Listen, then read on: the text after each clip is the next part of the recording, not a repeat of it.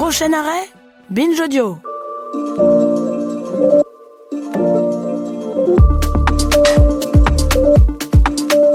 Salut chers auditeurs, c'est Camille Test. Vous êtes-vous déjà demandé si votre médecin vous traitait exactement comme Yael traitait les autres ? A-t-on déjà minimisé vos douleurs ou expliqué vos problèmes par votre orientation sexuelle, vos origines sociales, la couleur de votre peau ou la forme de votre corps ?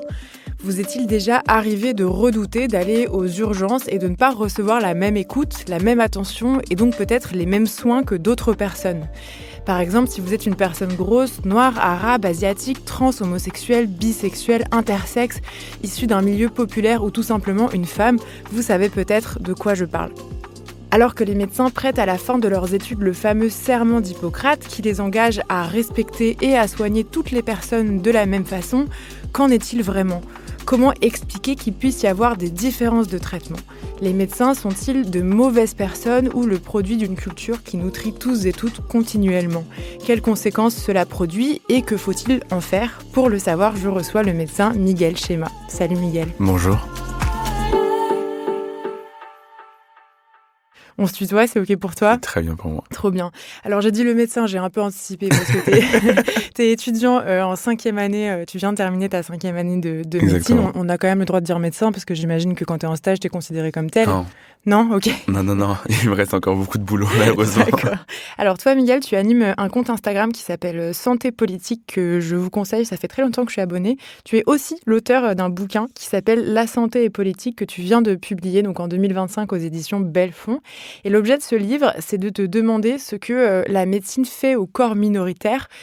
Qu'est-ce que c'est un corps minoritaire et puis comment tu as eu envie de travailler sur ce sujet ?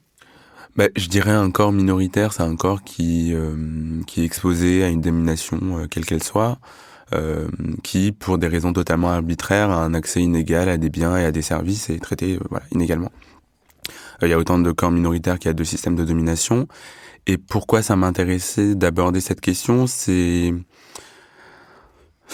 En fait, force est de constater que partout dans le monde social et dans le monde médical, il y a vraiment une croyance que le monde médical serait exempt de tous les systèmes de domination qu'on trouverait autre part. Comme si le monde médical était un peu en dehors de la société. Et parce que ce sont des études prenantes, parce que ce sont des métiers dits à vocation, parce que tout ce qu'on entend ici et là, il n'y aurait pas de système de domination qui s'exprimerait. Et sauf que pour moi, c'est faux, en fait. Toi, tu le dis dans ton livre, c'est à la première page de ton bouquin, tu dis « Moi, je suis une personne noire et bisexuelle. Donc, en fait, de par mon existence, je m'étais déjà posé des questions de justice sociale, mais finalement, j'avais pas forcément fait le lien avec la médecine. » Ouais, j'écrivais au Bondi Blog depuis le lycée. J'étais, pour des raisons biographiques, j'avais besoin de lire des sciences sociales et de comprendre tout ce qu'on pouvait me dire d'horrible, de raciste, d'homophobe, etc. Et pourtant, j'ai commencé mes études de médecine et alors même que je pouvais dire des choses, écrire des choses quant au monde médiatique, à la police, à tous les systèmes de domination, etc. Ça a pris du temps avant que je me dise peut-être qu'il y a des choses à dire et à écrire et à lire sur le monde médical. Et il y avait vraiment une dichotomie déjà pour moi. Précisément parce que on imagine tous et toutes que le monde médical, en fait, vu que les gens veulent bien faire, ils font toujours bien. Et en fait, c'est pas du tout le cas. Et il y a eu des points de bascule. Le premier point de bascule, un peu pour moi, ça a été la lecture d'un cours de santé publique quand j'étais en première année de médecine à Paris, sur la prise en charge de la douleur et les catégories pour lesquelles la prise en charge de la douleur est compliquée. Donc voilà, il y avait les enfants, les personnes âgées, les patients qui ne peuvent pas communiquer, etc., etc. Et une semaine après, je lis un article du média Click sur le syndrome méditerranéen. Et moi, je tombe un peu dénu en me disant, mais comment c'est possible que c'est un article d'un média grand public qui me forme sur ce qui existe dans les hôpitaux parisiens, et on reviendra sur ce qu'est le syndrome méditerranéen, et pas mes études de médecine.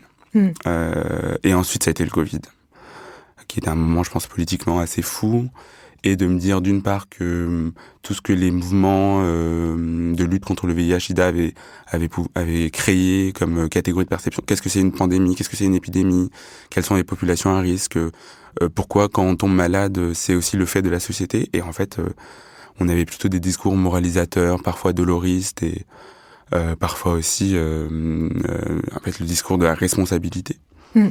ou des discours racistes qui expliquaient que aux Antilles, ils n'étaient pas vaccinés parce qu'ils pensaient que le rhum soignait plus que les vaccins. Je vais nous interrompre un instant pour vous dire, chers auditeurs, que cet épisode est sponsorisé par NordVPN. Récemment, j'étais à Londres et je voulais absolument regarder Les Sardines, une série dont tout le monde me parle en ce moment. Et là, impossible car la série n'était pas disponible au Royaume-Uni. Si j'avais eu NordVPN, à ce moment-là, le problème aurait été réglé en 2 secondes. NordVPN, c'est un réseau privé virtuel. En gros, ça vous permet de masquer votre adresse IP qui révèle l'endroit où vous êtes dans le monde. Avec cet outil, vous pouvez vous localiser dans un autre pays et donc accéder à tous les contenus que vous voulez. Bref, si vous avez envie de visionner tout ce que le Japon, le Royaume-Uni ou les États-Unis ont fait de meilleur en termes de films, de séries, d'animés ou de podcasts, c'est possible. Ce n'est pas tout, NordVPN crypte aussi votre connexion, ce qui vous permet de naviguer sur Internet de façon plus sécurisée. Une fonctionnalité de protection renforcée vous permet aussi de ne pas être embêté par les publicités intrusives ou par les logiciels malveillants. Et même si vous téléchargez un fichier infecté par erreur, la protection de NordVPN s'active et le supprime avant qu'il ne contamine votre ordinateur. Si vous avez envie de tester, sachez qu'en allant sur nordvpn.com/encoreheureux, vous bénéficiez d'une grosse réduction et de 4 mois gratuits en plus. Et si vous changez d'avis, vous avez 30 jours pour vous faire rembourser. L'offre est aussi disponible dans la description de l'épisode. Et c'est reparti pour notre épisode. Je précise peut-être que ton livre, c'est pas un compte-rendu exhaustif de tous les endroits où les médecins ou plus généralement le système de santé peut être dépolitisé, c'est-à-dire ne pas voir les questions politiques qui nous traversent en tant qu'individus et collectifs. Mais tu livres quand même beaucoup d'exemples et dans cet épisode, on va quand même creuser un peu certains de ces exemples qui je pense, vont vraiment révéler les problèmes qu'il peut y avoir dans la médecine et dans le système de santé en général. Alors, tu parlais du syndrome méditerranéen. Je veux bien que tu nous expliques ce que c'est et quel est en fait l'énorme problème de racisme qu'il y a derrière. Le syndrome méditerranéen, c'est cette croyance que les personnes maghrébines auraient une propension à exagérer leur douleur. Et donc, l'expression de la manière dont ils expriment leur douleur est au-delà de la douleur réelle. Le problème étant qu'en médecine, il n'existe aucun moyen objectif de mesurer la douleur d'un patient. Donc, ce n'est qu'à partir des dires du patient qu'on peut définir le niveau de douleur, prendre en charge correctement le patient. Et donc, dans l'acceptation ou dans la délégitimation de la douleur, il n'y a que du social, il n'y a que la manière dont on perçoit le patient. Soit on perçoit le patient comme quelqu'un quelqu'un qui souffre et donc on prend en charge sa douleur, soit on le perçoit comme une personne qui exagère, comme un profiteur, comme un parasite du système de santé. Et c'est des théories qui sont nées à l'époque coloniale. La première définition, c'était plutôt la sinistrose, qui a été définie par un psychiatre en 1807 ou 1907, je sais plus exactement. 1907, je crois. Et qui, de base, c'était une manière de délégitimer les douleurs des ouvriers qui avaient des accidents du travail, qui se plaignaient, mais cette définition s'est concentrée majoritairement sur les travailleurs immigrés maghrébins. Et sinistrose était bel et bien écrit dans les livres de psychiatrie, là où syndrome méditerranéen et syndrome nord-africain, qui sont un peu différents noms pour décrire des entités nosologiques ou des pathologies, entre gros guillemets, similaires. En gros, les personnes maghrébines exagèrent. Sauf que, en fait, n'ayant pas de moyen de mesurer la douleur d'un patient, c'est un racisme total, en fait, et c'est minimiser la douleur des patients maghrébins. Ce qui fait qu'on prend moins bien en charge leur douleur. C'est des choses que j'ai entendues dans mon parcours. D'accord, par exemple ? Par exemple, il y avait une patiente qui était venue, j'étais aux urgences d'un hôpital parisien. Une patiente vient pour une douleur à la mâchoire, un peu atypique, pas de contexte de chute, de coup. Une des chefs demande à faire un ECG. C'est quoi un ECG ? Un ECG, c'est un électrocardiogramme pour voir l'activité cardiaque, pour voir s'il n'y a pas des pathologies cardiaques type infarctus. L'infirmière qui a fait l'ECG ramène l'ECG à une autre chef, parce que la chef qui avait commandé l'ECG était avec une autre patiente. Et là, on avait sur l'ECG les signes clairs d'un infarctus, d'une crise cardiaque.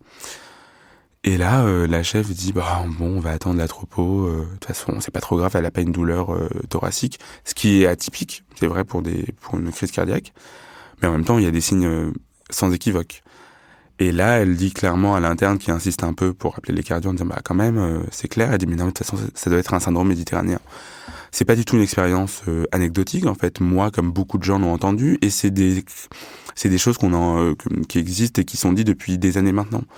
Frantz Fanon avait déjà fait la critique du syndrome nord-africain il y a des années. Oui, Frantz Fanon, il dit « Tout arabe est pris pour un malade imaginaire ». Il écrit ça en 1952. Ouais.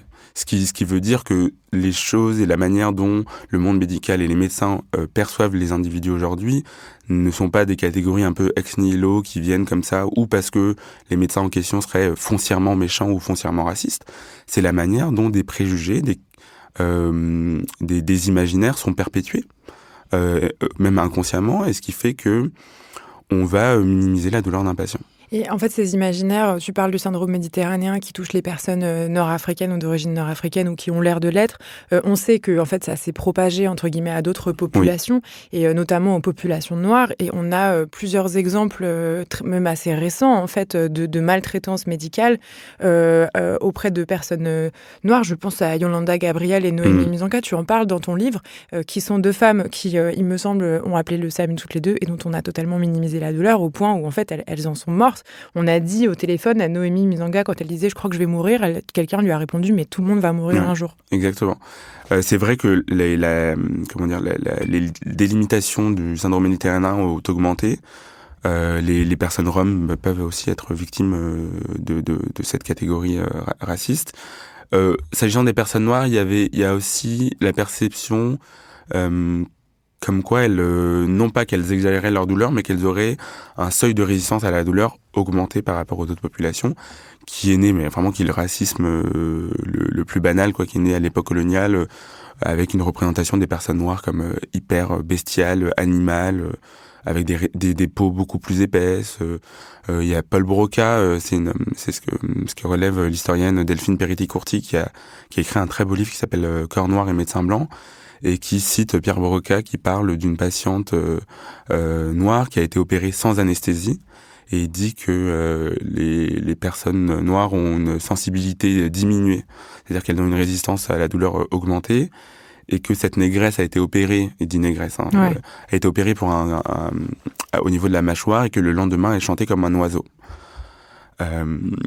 Mais de fait, je pense que pour comprendre les pratiques médicales d'aujourd'hui, c'est important de se tourner vers l'histoire et de voir comment, alors même qu'on croit que le regard du clinicien est neutre, alors même qu'on croit qu'il suffit de faire le serment d'Hippocrate pour soigner les gens correctement, je pense, comme beaucoup d'autres et comme plein de chercheurs, que pour soigner correctement, il faut avoir une pratique réflexive et voir comment la manière dont on perçoit les patients est produite par l'histoire.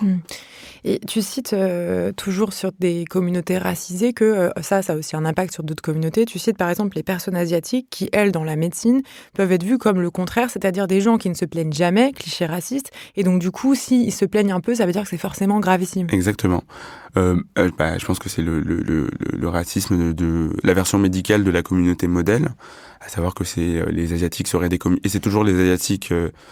des pays comme le Japon, la Chine, le Vietnam, quand on dit asiatique dans le monde médical, je pense généralement ça renvoie jamais aux personnes indiennes, par exemple. Ouais. Qu'elles seraient mutiques, silencieuses, contrairement au bruit et l'odeur des personnes arabes et des personnes noires, pour reprendre l'expression de Jacques Chirac. J'étais aux urgences d'un hôpital parisien.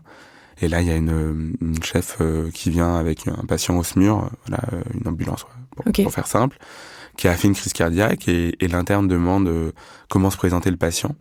Et là, la chef dit mais je t'ai toujours dit, les Asiatiques, ils sont mutiques, ils disent rien. Et un Asiatique qui a mal, c'est toujours alerte rouge. En fait, qu'est-ce que ça veut dire asiatique ? Et en fait, c'est aussi le culturalisme qui est extrêmement présent dans le monde médical, qui a été étudié par de nombreux chercheurs, je pense à la sociologue Alexandra Nacou, à Delphine Peretti-Courti, Priscille Sauvegrain, etc. L'idée selon laquelle on peut estimer les attentes, les plaintes des patients à travers la culture qu'on leur prête. Ce qui en fait n'est pas possible. Sans compter que les cultures sont toujours fantasmées, en fait. C'est jamais, ça ne renvoie jamais à des communautés, à des cultures bien précises, à des pratiques bien précises, mais c'est les Asiatiques, les Africaines, les Roms, sans compter qu'il suffit pas d'être noir pour être africain. L'Asie est énorme et contient des cultures extrêmement différentes. Et il y a vraiment une pratique de quelle est l'origine de ton patient ? Et puis, en fait, quand un patient blanc est reçu, on ne dit pas c'est un blanc, donc tel truc. Exactement. En fait, Exactement. on individualise chaque cas quand il s'agit de personnes blanches. Exactement. Et sur la question de la douleur, après, on ira sur autre chose, mais tu notes une anecdote qui je trouve absolument dingue, en fait, et qui explique, qui montre tout ce qu'on vient de décrire. C'est aux États-Unis, la minimisation de la douleur des personnes noires fait qu'on leur prescrivait moins d'antidouleurs. Et quand aux États-Unis, il y a cette crise des opioïdes, où on développe des addictions, notamment à l'oxycontine, je pense, comme on prescrit surtout des antidouleurs aux personnes blanches, c'est elles qui développent le plus des addictions aux antidouleurs, parce que par définition, on leur prescrivait plus. J'ai trouvé ça fou comme histoire. Ouais, c'est fascinant, c'est un article de chercheurs de Stanford et d'autres universités américaines qui essayaient d'étudier la crise des opiacés qui, pendant les années 90, si je ne me trompe pas, était majoritairement tournée autour de l'héroïne. Et donc la mortalité des catégories noires et blanches était vraisemblablement la même.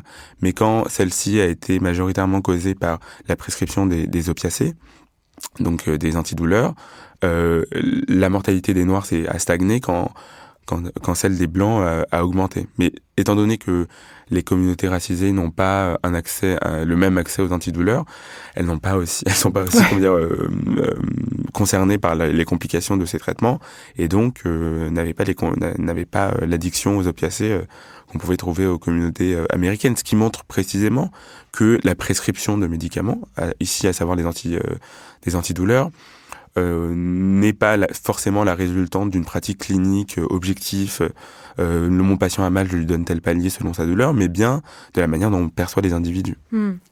Alors, au-delà de la question de la douleur, tu t'attaques aussi dans ton livre à ce qu'on appelle le mythe de la carte vitale, qui est cette idée en France selon laquelle, puisqu'il existe la carte vitale, tous les patientes seraient traités de la même manière. On dit souvent, ah là là, c'est pas le système de santé à l'américaine, sous-entendant, quand on est aux États-Unis, il faut payer des fortunes si on veut se faire soigner.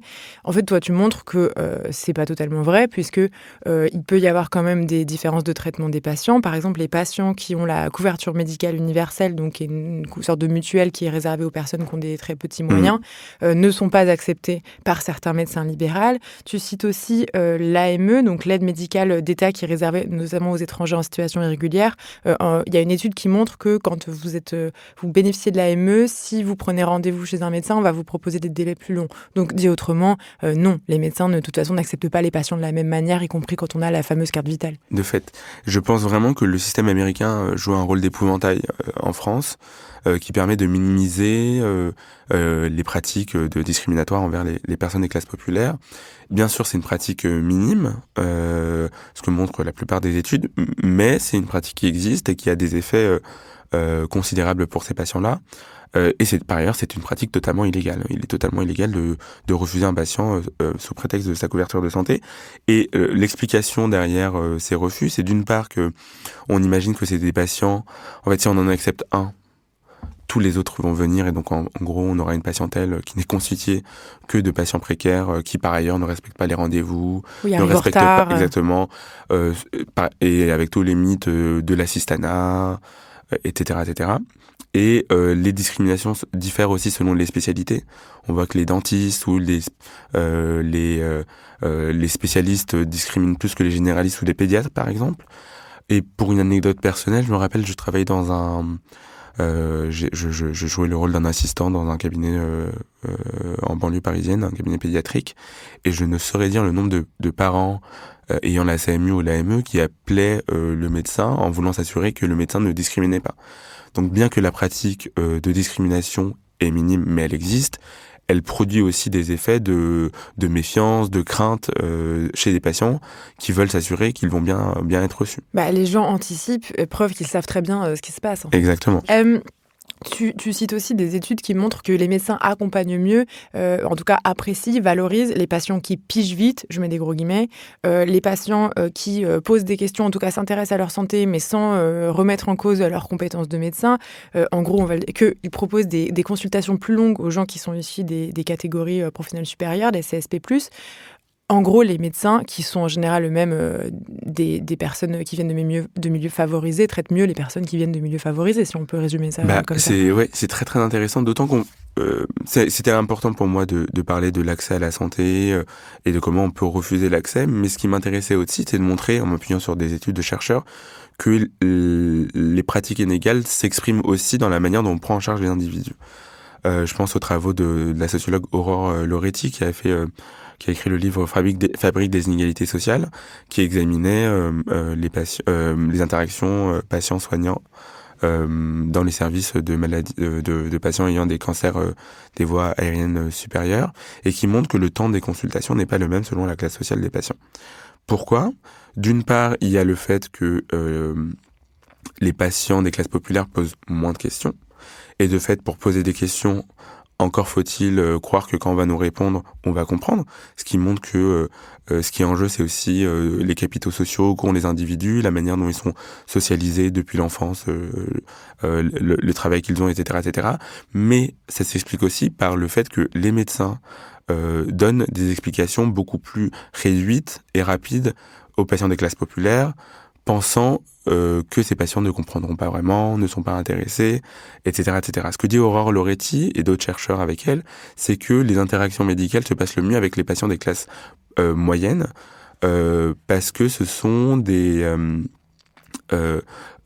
individus qui posent assez de questions, donc qui sont assez investis dans l'interaction médicale, mais qui ne remettent pas en cause le discours médical, ce qu'on peut retrouver chez les personnes des catégories beaucoup plus élevées.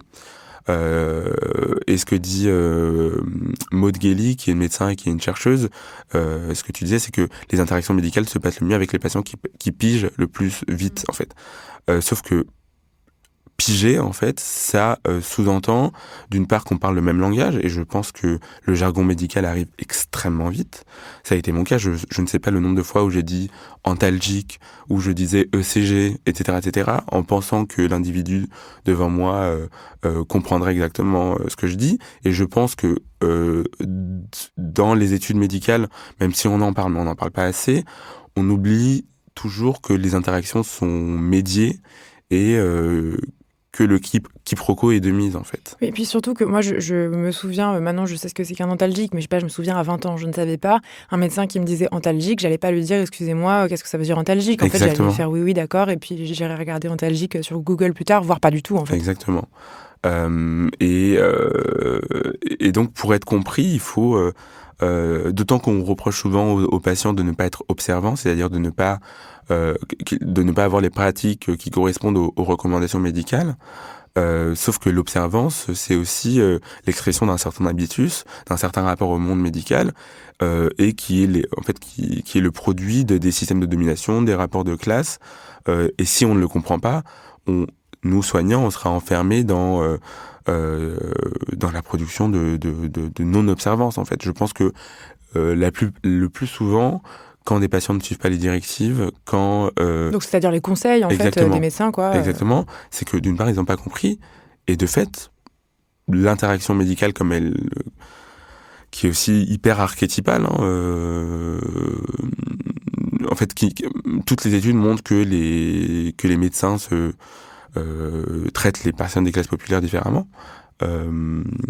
C'est l'expression des rapports de classe. Oui, puis parfois l'observance, c'est juste extrêmement compliqué. Enfin, par exemple, tu donnes dans ton bouquin l'exemple de la période du Covid, où on a extrêmement stigmatisé les personnes issues des quartiers populaires notamment, en disant que, par exemple, je sais pas, les médias traitaient ça sous la forme de la police doit intervenir pour que les gens respectent le confinement, la distanciation sociale. Mais en fait, on parle aussi d'une population... Tu cites le chiffre de 5 millions de personnes qui vivent dans des logements suroccupés, qui en fait de toute façon ne peuvent absolument pas respecter les mesures de distanciation sociale, qui par ailleurs sont souvent les mêmes publics qui sont aux premières loges, puisque c'était du Covid, au sens où ce sont des métiers essentiels qui ont continué à travailler. Et donc il y avait à la fois ce discours extrêmement culpabilisant et à la fois une réalité qui est que juste parfois on ne peut pas respecter ce qu'on nous dit de faire quand on nous dit depuis un mode de vie bourgeois en quelque sorte. Le moment du Covid a été un moment particulièrement difficile et hallucinant pour moi, dans ce qu'on entendait par exemple sur le 93. On disait que... donc la Seine-Saint-Denis. Exactement. C'était le territoire qui était avec un taux de Covid le plus important et un taux de vaccination aussi assez peu élevé. Et on entendait dire que si ces populations-là étaient affectées par le Covid, c'était parce qu'ils respectaient pas le confinement. Et le discours médiatique, politique, un peu le discours médical aussi, était un discours un peu policier, à savoir, il faut mettre la police, il faut s'assurer que ces gens-là respectent bien le confinement, alors même que pour comprendre comment un virus se propage, il faut comprendre que ces populations-là faisaient partie des catégories les plus défavorisées, avaient les métiers les plus exposés au Covid, caissières, chauffeurs VTC, etc., etc. Et donc, contracter la maladie était la résultante de leurs conditions matérielles d'existence et pas la résultante d'un refus de respecter le confinement. L'autre discours qu'on entendait, c'était concernant les Antilles, qui avaient un taux de vaccination extrêmement faible. Et on parlait, ces gens-là croient au vaudou, croient que le rhum va les soigner, ils ne respectent pas le confinement. Pour comprendre la réticence et le faible taux de vaccination aux Antilles, il faut comprendre déjà que le système de santé dans ces territoires-là est absolument absent, que en métropole, on n'a pas accès aux médecins. Aux Antilles, on n'a pas accès aux médecins de la même manière qu'on a accès aux médecins en métropole.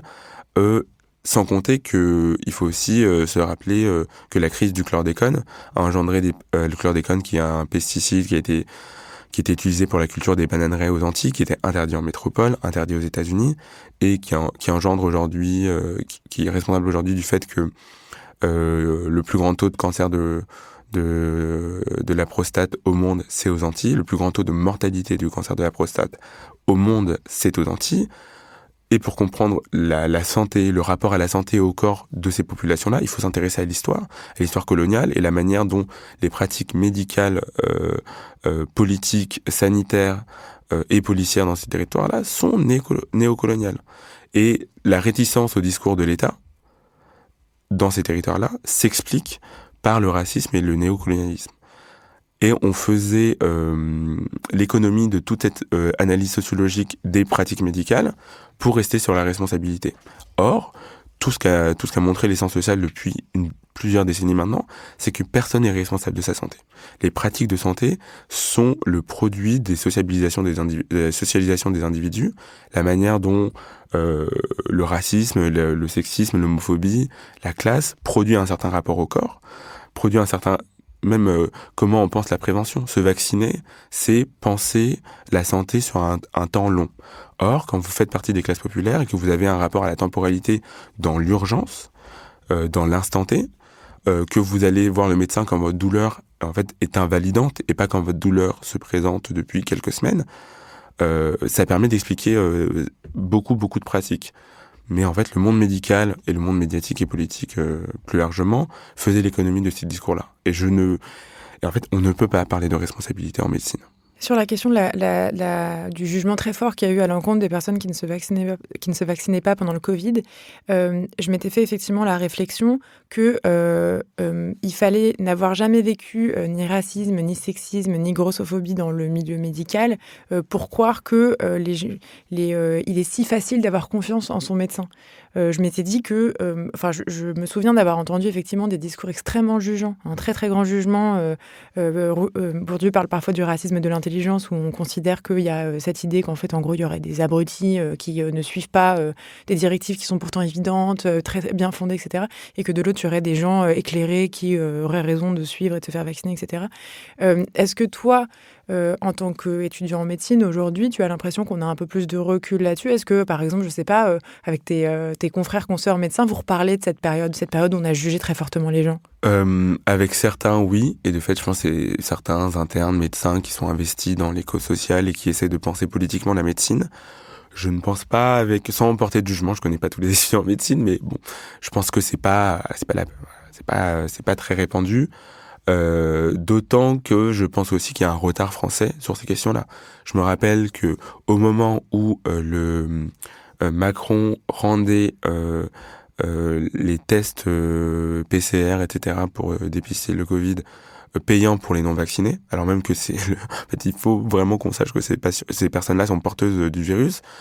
Aux États-Unis, on avait déjà des études qui montraient qu'il y avait un accès différencié à la vaccination selon la classe et la race. Alors même que en France on était vraiment en deçà et on était à milieu de tout ça. Donc je pense vraiment qu'il y a un retard aussi français de comment on pense Alors même que en sciences sociales, c'est pas le cas. Mais je pense pas, c'est un fait, le monde médical est très hermétique à tout ce que les sciences sociales ont pu produire depuis un moment. Donc c'est déjà au moment du Covid, c'était très compliqué de trouver des contre-discours aux discours moralisateurs et doloristes qu'on pouvait entendre ici et là. Je pense que c'est moins le cas parce qu'il y a eu Didier Fassin qui est médecin et qui est aussi au Collège de France, a fait un très beau livre sur le Covid. Donc il y a eu des productions sur le Covid, mais je pense qu'on n'a pas pris la mesure du moment réactionnaire que c'était. De rendre les gens responsables des conditions qui les rendaient malades, c'est quand même totalement hallucinant. Oui, puis qui s'inscrit dans la culture néolibérale qui surresponsabilise les gens quant à leur bien-être, quant à leur santé, et en gros qui estime que si vous êtes en mauvaise santé, ça finit par être votre faute. Et du coup, si c'est votre faute, on va pas vous plaindre et puis on va pas dépenser de l'argent pour vous soigner. Exactement. Tu montres aussi, et ça c'est vraiment intéressant, tu parles d'écart peut-être entre les États-Unis sur ces choses-là où on est un peu en retard en France. La question des patients allophones qui parlent pas français ou très peu et qui en fait se retrouvent à être extrêmement mal accompagnés la plupart du temps en France, parce qu'en fait on ne fait pas appel à des interprètes, alors qu'en fait le service existe. Pourquoi on a autant de difficultés à faire appel à des interprètes pour aider les patients qui ne parlent pas la langue ?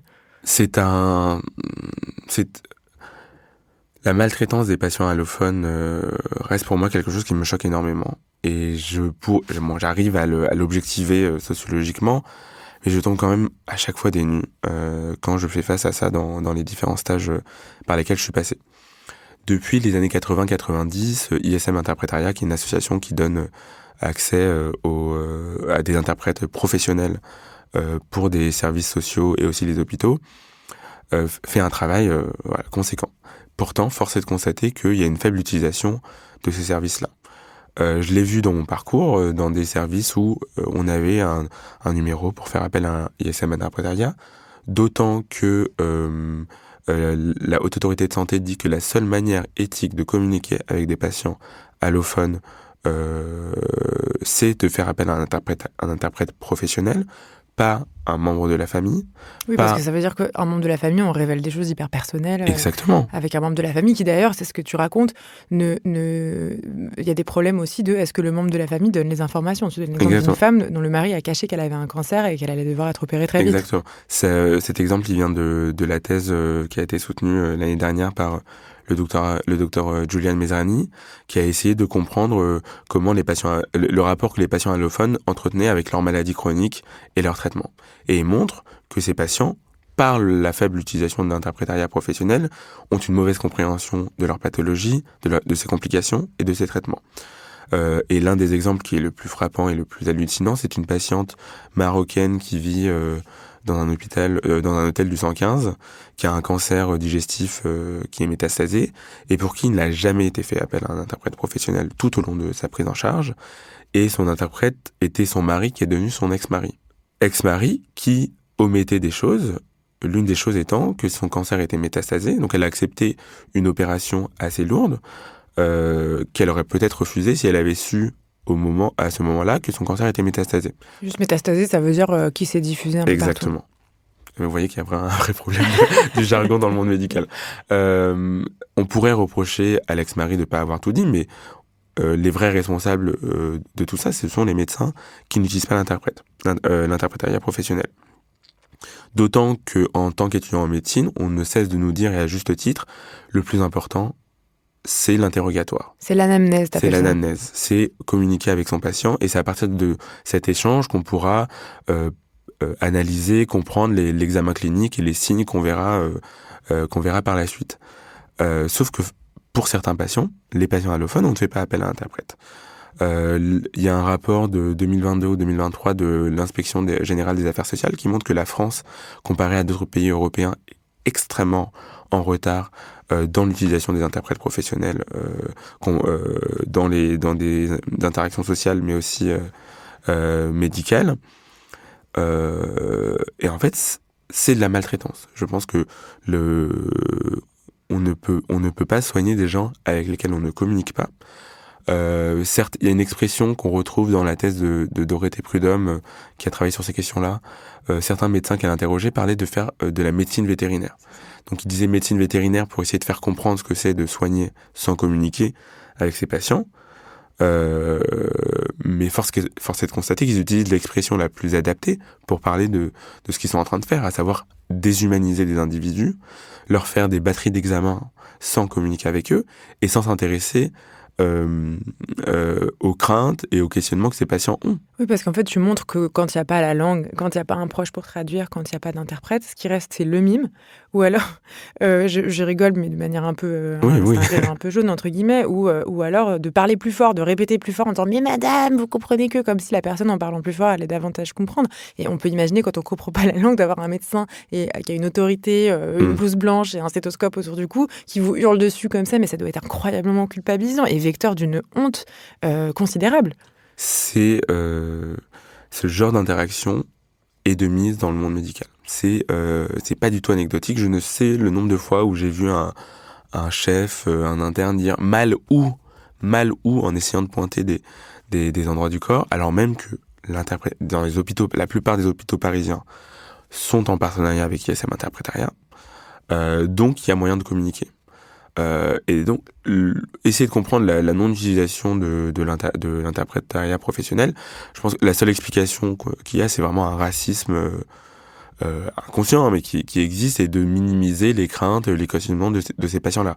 D'autant que le but d'un soignant, c'est de prendre en charge la douleur et les craintes des individus. Comment on peut prendre en charge ces enjeux-là sans savoir quelles sont les craintes et les enjeux. En fait, ça sert à rien de faire des batteries d'examen devant un patient qui ne sait pas quoi nous dire. Et même lorsqu'on fait appel à un proche, c'est pas possible de faire un interrogatoire comme il faut, parce que il faudrait que le proche ait un niveau de langage adéquat, qu'il soit médical ou banal dans sa langue natale et en français, ce qui n'est pas toujours le cas. Lorsqu'on fait appel à des médecins, des soignants qui parlent des langues étrangères, en fait, il faudrait que la diversité linguistique des soignants corresponde à la diversité linguistique de la patientèle, ce qui n'est jamais le cas. Je prends un exemple un peu anecdotique, mais on appelle, je suis dans un service d'urgence dans un hôpital parisien, on appelle une chef de clinique qui sait parler arabe pour parler à un patient, alors même qu'on pourrait faire appel à un interprétariat professionnel. Cette chef de clinique parle un arabe marocain, alors que le patient parle un arabe libanais. Oui, donc aucun rapport. Donc la chef pouvait comprendre le patient, mais le patient ne pouvait pas comprendre la chef. Déjà, en fait, il faut comprendre qu'il y a différents arabes, il y a différentes langues. En fait, c'est pas possible de faire ça. Et en fait, pourquoi et rien ne nous permettait de savoir que le niveau d'arabe, même si le patient était marocain, on ne sait pas si la chef en question a un niveau d'arabe qui permettrait une interaction la plus éthique possible et faire en sorte de prendre en charge les craintes et les symptômes du patient. Parce que ce qu'on décrit depuis tout à l'heure, c'est quand même un contexte dans lequel notre société a mis les médecins dans une situation de pouvoir qui est quand même assez énorme. On va s'arrêter un petit peu plus là-dessus, on en parle dans un instant.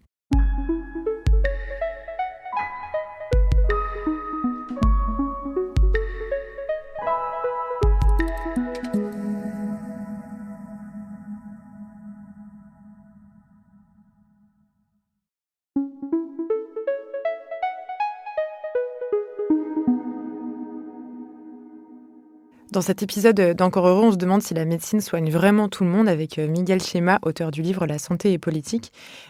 Une des choses que tu abordes dans ce livre, c'est que on a mis en fait en quelque sorte les médecins, le système de santé, aux premières loges pour perpétuer une certaine façon de structurer la société, de déterminer ce qui est acceptable, ce qui n'est pas, ce qui est normal, ce qui n'est pas. On pourrait citer, puisqu'on est un podcast de santé mentale, dans l'histoire de la psychiatrie par exemple, la façon dont on a psychiatrisé, pathologisé les patients bisexuels, homosexuels par exemple. Un exemple plus récent, plus actuel, c'est la façon dont sont traitées les personnes trans et intersexes et le rôle que jouent les médecins de continuer à perpétuer cette idée qu'il y aurait deux sexes et deux genres, masculin et féminin. Est-ce que tu peux nous expliquer quel est le rôle des médecins là-dedans, tant pour les personnes intersexes que trans ? Je sais pas si c'est un rôle conscient des médecins ou s'ils prennent ce rôle d'instaurer des normes, mais de fait, la pratique médicale concernant les patients trans et les patients intersexes, c'est une pratique de de coercition dans les deux catégories de sexe. La manière dont on pathologise les personnes intersexes n'est que le fruit de la manière dont le monde médical et la société dans sa totalité perçoit ce que doit être un homme et ce que doit être une femme, et en fait il n'y a pas d'au-delà de ces deux catégories sexuelles. Ce qui est très intéressant, c'est que qui souffre, quelle est la souffrance quand on ne correspond pas à la définition habituelle de ce que serait un homme et une femme biologiquement. En quoi c'est une souffrance en soi. Et très souvent, les chirurgies de correction des personnes intersexes, la justification, c'est de dire on va prévenir une souffrance à venir, c'est une souffrance, ça perturberait le développement psychologique normal des individus intersexes de ne pas être dans les catégories, clairement dans les catégories hommes et femmes. Donc par exemple, si vous avez, un pénis et je sais pas si c'est possible parce que j'aurais des ovaires, ça vous traumatiserait quoi. Exactement. Ou si vous avez un vagin avec des testicules. Etc., etc. Moi, j'essaie de penser ça, déjà avec plein de chercheurs et de chercheuses intersexes qui travaillent sur ces questions depuis un moment, mais il y avait une très belle phrase du sociologue Goffman dans son livre Stigmate, qui dit qu'un stigmate est social, et que c'est la manière dont il est perçu dans la société qui fait souffrir. Et si souffrance des personnes intersexes il y a, c'est la manière dont le monde médical les renvoie dans le champ de l'anormalité, L'(anormalité), et les chirurgies de correction qu'ils subissent. Ce qui est très intéressant, c'est que Michel Raz, qui est une sociologue qui travaille sur ces questions depuis longtemps maintenant, a montré que déjà, comment essayer de justifier la scientificité du choix du sexe, en fait, à partir de quoi on choisit un sexe. Oui, pourquoi est-ce qu'on va mettre la personne dans la catégorie fille ou garçon ? Exactement.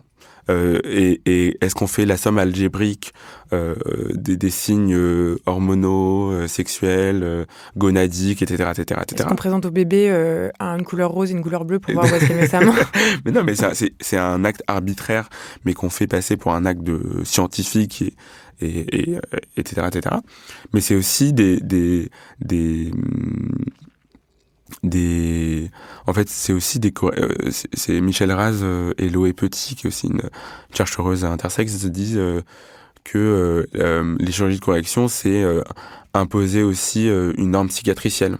C'est qu'on va faire des corrections, on va imposer par exemple un vagin on va dire que voilà, cette personne est une femme et donc il faut qu'elle ait un vagin pénétrable. Mais en fait, ça questionne aussi la manière dont on imagine le genre et la sexualité. C'est-à-dire que si on décide que cet individu est une femme, il doit être pénétrable et donc on va faire un vagin profondément pénétrable. Mais qu'est-ce qui dit que cet individu veut être pénétré dans cette sexualité ?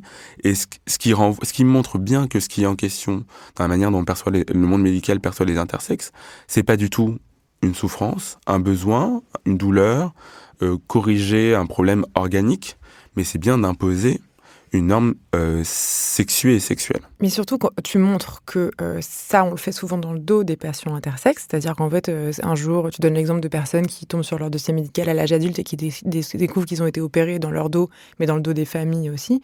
Comment peut-on imaginer que ce soit pas ça qui soit traumatisant, en fait ?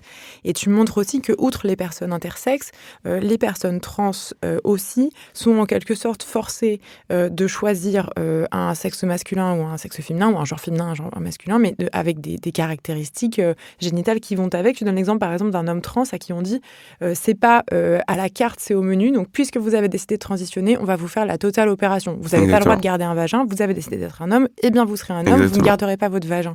C'est quand même fou d'avoir besoin à ce point-là d'une sorte de binarité, de cohérence de binarité. Et ce qui est important de dire quand même sur les parcours trans, c'est que les parcours trans sont pas tous les mêmes, selon qu'on passe par par la SOFECT qui est devenue Transsanté, si je me trompe pas, c'est-à-dire le service public remboursé, ou si on passe par le service privé en payant de sa propre poche. De fait, les patients qui passent par la SOFECT, et c'est beaucoup ont témoigné, beaucoup d'associations trans parlent des maltraitances que subissent les personnes trans dans leur parcours dit officiel, hein, c'est-à-dire par le parcours remboursé par la sécurité sociale. Et ils sont confrontés là aussi à des discours qui laisseraient entendre que s'ils sont un homme, ils doivent correspondre à une certaine norme sexuée et sexuelle là aussi. C'est-à-dire qu'on ne peut pas leur laisser leur vagin ou leur utérus pour un homme trans, par exemple. C'est que s'ils sont trans, ils doivent quand même être hétérosexuels et coucher avec le sexe opposé à leur genre de transition. Et ce qui est très intéressant là, c'est que pareil, ce qui est en jeu, c'est la continuité qu'on donne à ce que doit être un vrai genre, comment on doit se comporter quand on est un homme et une femme, et quelle sexualité doit venir avec.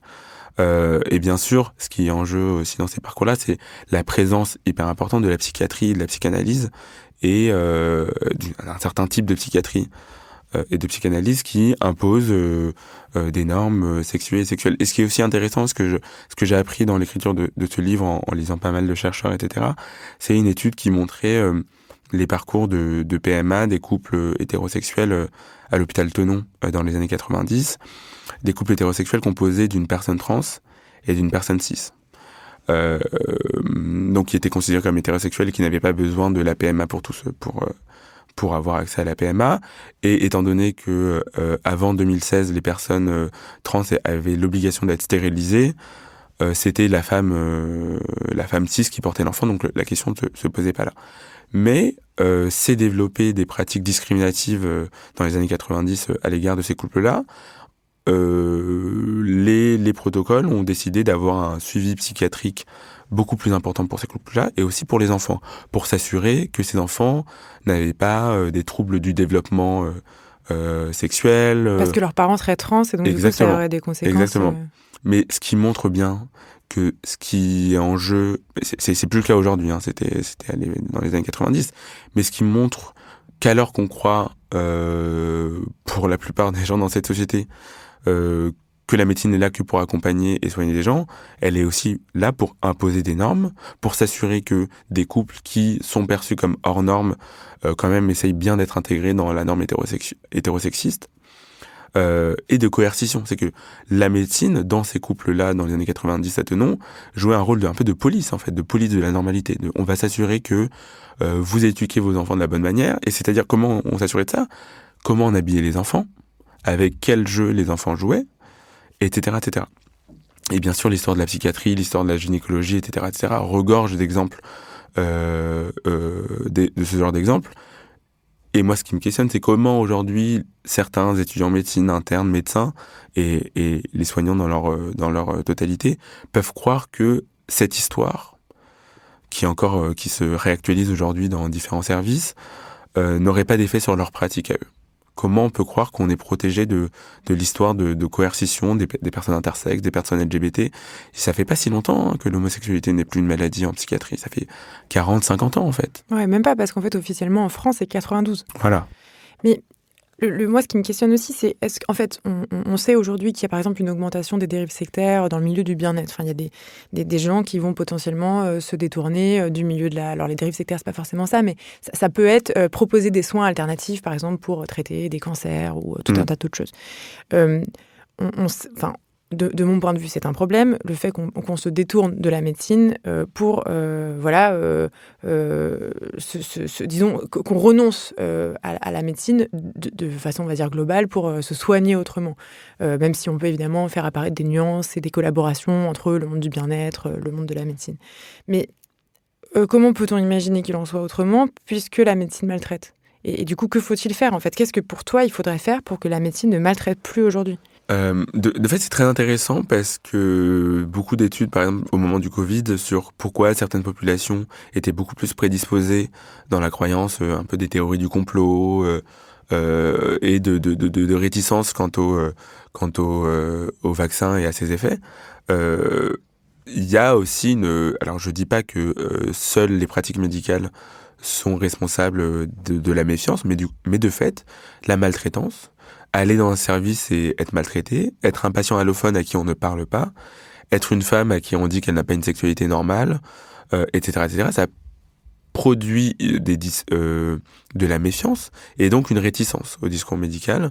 Et c'est ce qu'on a vu aux Antilles, en fait. Si les Antilles se vaccinaient moins, c'est d'une part qu'il y avait un faible accès au système de santé, mais aussi des pratiques médicales, un passé colonial, où on leur disait « vous inquiétez pas, le chlordécone, ça fait pas de soucis ». Et de fait, le chlordécone a fait des soucis. Et je pense qu'il faut... c'est important de comprendre comment nos pratiques perpétuent des réticences et de la méfiance quant au discours médical et aux pratiques médicales. Et si des patients, par exemple, certains patients peuvent arriver plus tardivement avec une pathologie qui était compliquée alors qu'ils auraient pu venir plus tôt, c'est de fait, il y a aussi l'habitus, le rapport au corps, le rapport à l'urgence, le rapport à la prévention, mais aussi de se dire j'ai pas envie d'être maltraité, j'ai pas envie qu'on m'insulte, j'ai pas envie qu'on me toise, etc., etc. Bah, moi, je peux en témoigner parce que moi, je suis bisexuelle, on le sait, puisqu'on a fait un épisode sur le sujet. Le nombre de personnes bisexuelles qui subissent et de l'homophobie et de la biphobie dans le système médical, c'est assez hallucinant. Et ça a des conséquences. Par exemple, les femmes bi font beaucoup moins de mammographie. Les hommes bi font beaucoup moins de dépistage VIH parce que, en fait, ils ont peur d'être stigmatisés et qu'on leur dise c'est parce que vous êtes... je sais pas, hypersexuel, que c'est un problème. Et donc, bref, ça a des conséquences de retard de diagnostic qui eux-mêmes ont des conséquences sur la santé. Okay. Pour parler d'un exemple que je connais personnellement, on leur dit évidemment dans la psychiatrie parfois que c'est parce que, je sais pas, ils sont bisexuels parce que c'est le fruit de traumatisme par exemple. Il faut bien comprendre que ça, en bout de chaîne, ça fait des taux de mortalité où en fait les personnes minorisées meurent plus tôt, pour d'autres raisons aussi, bien sûr, pas seulement pour la prise en charge médicale, bien sûr, mais ça, j'imagine que ça y contribue. Totalement. Pour revenir à la question de l'interprétariat, des gens à qui on n'explique pas le traitement, c'est des gens qui vont pas le prendre, qui vont mal le prendre et qui vont mourir. Des gens à qui on n'explique pas. J'étais dans un service de gynécologie à Paris, dans le service dans la partie post-opératoire. Il y a une patiente, je ne savais pas quelle opération elle a eue, mais une des internes dit à mon co-externe tiens, donne l'ordonnance à cette patiente-là. Par contre, bonne chance, elle parle pas français. Et bien sûr, moi, je joue l'idiot parce que je ne fais jamais de vagues. Je dis ah bon, mais il y a pas un interprète. J'avais entendu parler de ça. J'étais dans un service. Elle dit interprète. Je dis bah oui, on peut pas appeler la traduction. Elle fait ah mais si, on fait pas ça. Et l'externe part avec Google Traduction parler à cette patiente. Cet externe, il n'avait pas besoin de chance. Il avait besoin d'un interprète accessible par ailleurs, en fait, s'il avait les numéros et les codes pour appeler ISM Interprétariat. Cette patiente, je ne sais pas, après je ne sais pas quelle pathologie, quel traitement elle a eu, a-t-elle compris quels étaient ses traitements, a-t-elle compris devant quelles complications elle devait venir aux urgences, s'assurer, a-t-elle compris quand est-ce qu'elle devait faire le bilan de contrôle, etc., etc. Je ne suis pas sûr. Et parce que c'est des moments aussi hyper intimidants, on se dit on va accélérer l'interaction médicale et donc on va pas poser des questions qu'on aurait envie de poser. En fait, c'est produire des patients qui ne comprennent pas et qui vont in fine mourir. Pas donner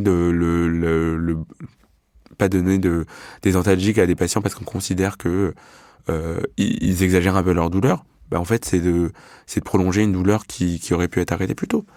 Et je pense qu'il faut voir dans quelle mesure, alors même qu'on prétend soigner, ne faire que ça et rien d'autre, la médecine est aussi un lieu de contrôle social des individus, de contrôle des corps, et parfois